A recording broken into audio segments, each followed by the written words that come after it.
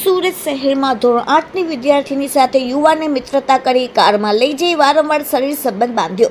ગર્ભ રહી જતા યુવાન વતને ભાગી ગયો. સારોલી પોલીસે એમપીથી યુવાનને ઉચકી લાવી. સુરતના સરિયા હેમત ગામ વિસ્તારમાં રહેતા મૂળ સૌરાષ્ટ્રના પરિવારના ધોરણ 8માં અભ્યાસ કરતી કિશોરી 2 દિવસ અગાઉ પેટમાં દુખાવો થયો, જેથી તેણીએ માતાને કહ્યું કે છેલ્લા 3 મહિનાથી માસિક આવતું બંધ થઈ ગયું છે, પેટમાં દુખાવો થાય છે.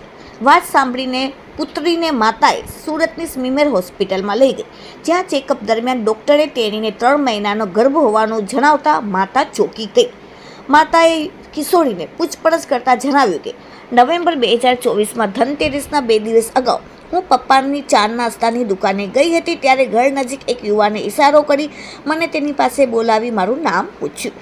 ત્યારબાદ તેનું નામ પૂછતા રાઘવેન્દ્રશ્રી ઉર્ફે નીતિન વીરસિંહ ભદોરિયા, શુભમ ઇન્ડસ્ટ્રીઝ સરિયા હેમત ગામ હોવાનું અને ફ્રેન્ડશિપ કરવાનું છે એમ પૂછતા મેં હા કહ્યું. બાદમાં મોબાઈલ નંબરની આપ-લે કરી. ત્યારબાદ અમે બંને નિયમિત રીતે વાત કરતા હતા.